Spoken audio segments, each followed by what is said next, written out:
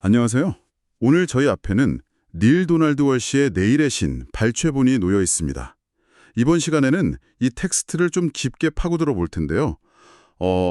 신이라는 개념에 대해서 처음에는 어떤 되게 차가운 소외감을 느끼다가 이게 어떻게 아주 급진적인, 뭐랄까, 권능감으로 바뀌는지 그 과정을 한번 같이 따라가 보려고 합니다. 네, 오늘 다룰 내용이 어쩌면 당신의 세계관 전체를 흔들 수도 있는 그런 질문을 던지거든요. 우리가 평생 당연하게 생각해온 신이라는 존재 있잖아요. 이걸 삶 바깥에 있는 어떤 심판관이 아니라 삶 그 자체로 본다면 어떨까? 이 단어 하나 바꾸는 게 어떻게 모든 걸 변화시키는지 그 핵심으로 한번 들어가 보겠습니다. 좋습니다. 그럼 바로 본론으로 들어가 보죠. 텍스트 속 화자가 처음에는 비인격적인 신이라는 말을 듣고 상당히 우울해해요. 어떤 인격적인 측면, 또 인간적으로 보살피는 면도 없어 보인다고요. 솔직히 이건 저도 너무 공감이 가요. 그렇죠. 나를 개인적으로 지켜봐주는 존재가 아니라니 갑자기 우주에 혼자 덩그러니 남겨진 것 같고 좀 차갑잖아요. 맞아요. 대부분의 사람들이 신앙에서 위안을 얻는 지점이 바로 그 인격적인 보살핌이니까요. 텍스트는 바로 그 저항감을 정면으로 다룹니다. 논리를 차근차근 따라가는데요. 이런 식이에요. 신이 살아있다고 믿는가? 그렇다. 신이 생명을 창조했다고 믿는가? 그렇다. 그렇다면 살아있는 존재가 자기 자신과 같은 것, 즉 살아있는 걸 더 만들어낸 것 아니냐. 아, 이렇게 질문을 계속 따라가다 보면 결국 신은 곧 삶이다 라는 결론에 이르게 되는 거죠. 그 과정에서 화자가 신이 시금치라는 생각은 안 든다고 말하는 부분이 나오죠. 네, 맞아요. 그 거부감을 정말 솔직하게 보여주는 대목 같아요. 그렇죠. 신이 모든 생명이면 저 시금치도 신이란 말인가? 하는 아주 인간적인 혼란인 거죠. 맞습니다. 그 시금치 비유가 이 개념의 그 거대감 앞에서 우리가 얼마나 당황하는지를 보여주는 아주 중요한 장치예요. 신은 삶의 창조주이지 삶 자체는 아니라는 반론의 핵심을 담고 있거든요. 근데 텍스트는 거기서 멈추지 않고 한 걸음 더 나아갑니다. 문제가 되는 건 비인격적인 신이라는 개념이 아니라 우리가 신이라는 단어에 너무 많은 인간적인 기대와 선입견을 더 씌워왔다는 바로 그 사실이라고 지적하는 거죠. 그러니까 신이라는 단어를 듣는 순간에 우리는 이미 재판관의 이미지를 떠올리거나 소원을 들어주는 요정 같은 존재를 상상하는데 그 모든 틀 때문에 진짜 본질을 못 보고 있다는 거군요. 바로 그겁니다. 그래서 텍스트가 아주 기발하고 흥미로운 실험을 제안하죠. 그 단어 바꾸기 실험이요. 네, 단어 바꾸기 실험이요. 우리가 삶이라는 단어에 대해서는 그게 비인격적이라는 사실에 전혀 우울해하지 않는다는 점을 먼저 짚어요. 생각해보니 그러네요. 네, 삶이 오늘 내 기분이 어떤지, 내가 시험에 붙었는지에 일일이 관심을 갖지는 않잖아요.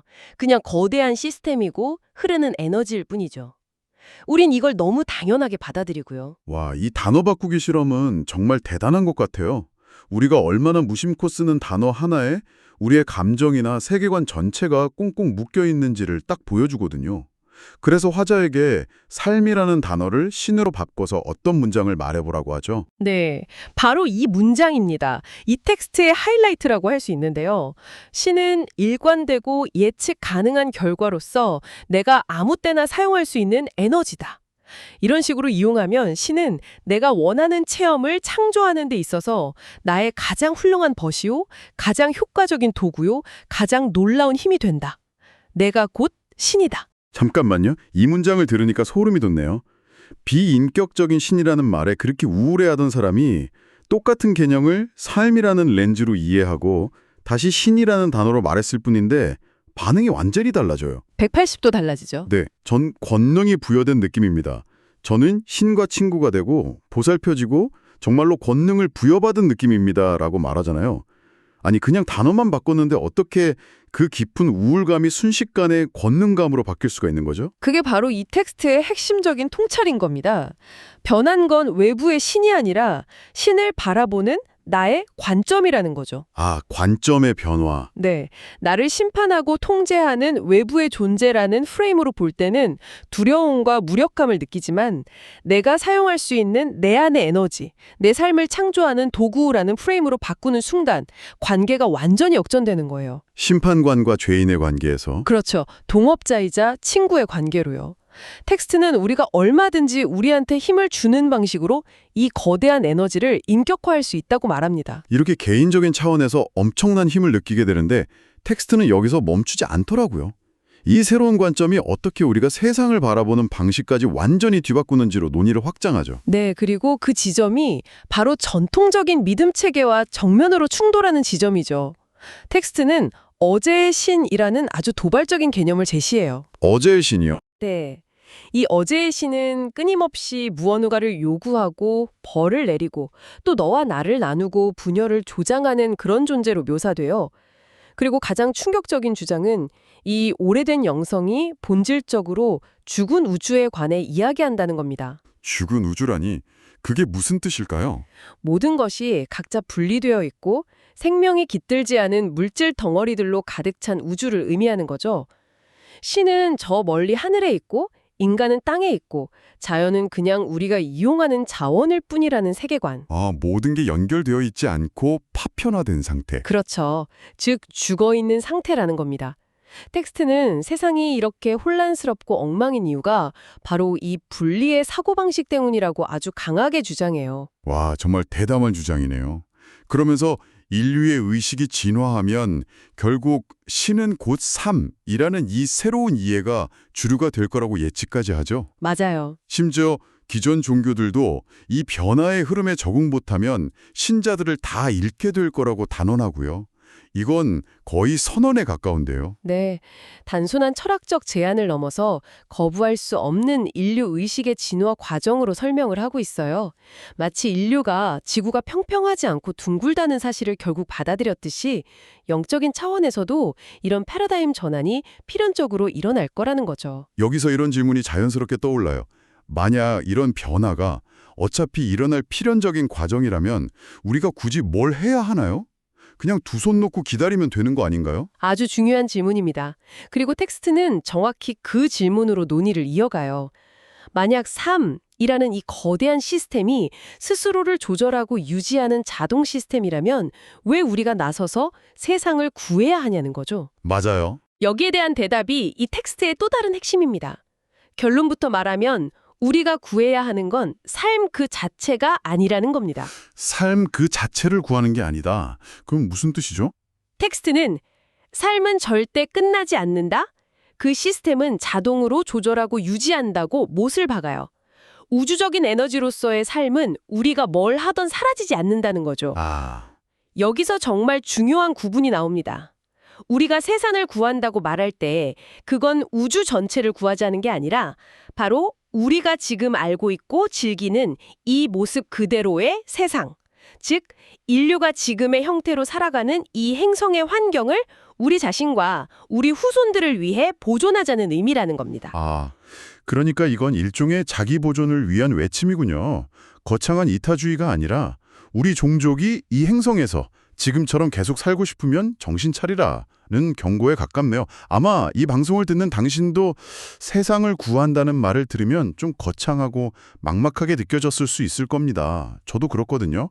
근데 이걸 나와 내 아이들이 살아갈 환경을 지키는 일이라고 생각하니까 훨씬 더 직접적으로 와닿습니다. 그렇죠. 그래서 텍스트는 보존한다, preserve라는 단어에 아주 독특하게 풀이해요. 미리 섬긴다, preserve라는 표현을 쓰거든요. 미리 섬긴다. 네, pre가 미리라는 뜻이고 serve가 섬긴다는 뜻이잖아요.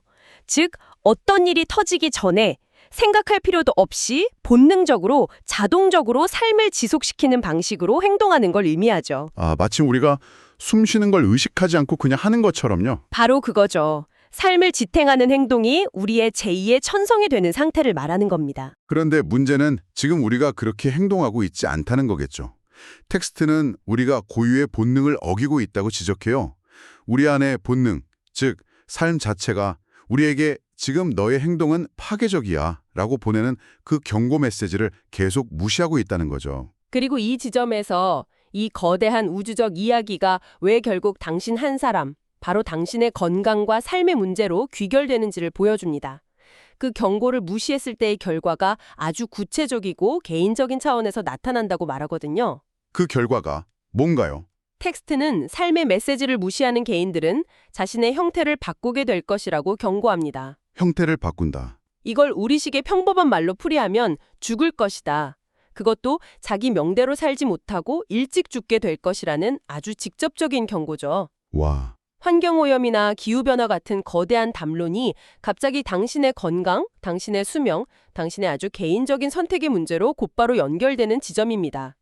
이건 더 이상 추상적인 철학이 아니라 생존에 관한 아주 실질적인 조언이 되는 셈이죠. 자, 오늘 나눈 이야기들 한번 정리해보죠. 이 모든 것이 당신에게는 어떤 의미일까요? 오늘 우리는 신을 저 멀리 있는 인격적인 심판자에서 우리 안에 있고 우리가 쓸 수 있는 힘을 주는 에너지, 즉 삶 그 자체로 바라보는 관점의 전환을 깊이 탐구했습니다. 네. 그리고 세상을 구한다는 거창한 구호가 결국 우리 자신과 우리 후손들의 삶을, 우리가 아는 이 형태의 삶을 보존하기 위한 지극히 현실적인 행위로 어떻게 재정의될 수 있는지도 살펴보았죠. 이 자교가 배움의 방식으로 반복을 강조하는 점도 아주 인상 깊었어요.